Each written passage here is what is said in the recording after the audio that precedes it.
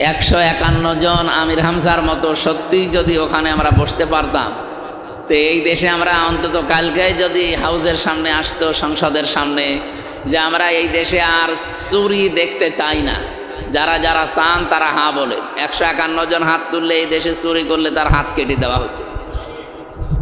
তো এইটা তো বড় বড় চোর ছাড়া কি জীবনেও হাত তুলবে না, কারণ ওই জায়গায় তো বহু চোর বসে আছে অলরেডি, যারা মানুষের টাকা পয়সা চুরি করে এতদিন বাইরে দেশে পাঠিয়েছে, বিভিন্ন ব্যাংক ব্যালেন্স বানিয়েছে। তারা এই শেষরা চোরের চাইতে, এই বেগুন চোর আলু চোরের চাইতে ওটা বড় চোর না?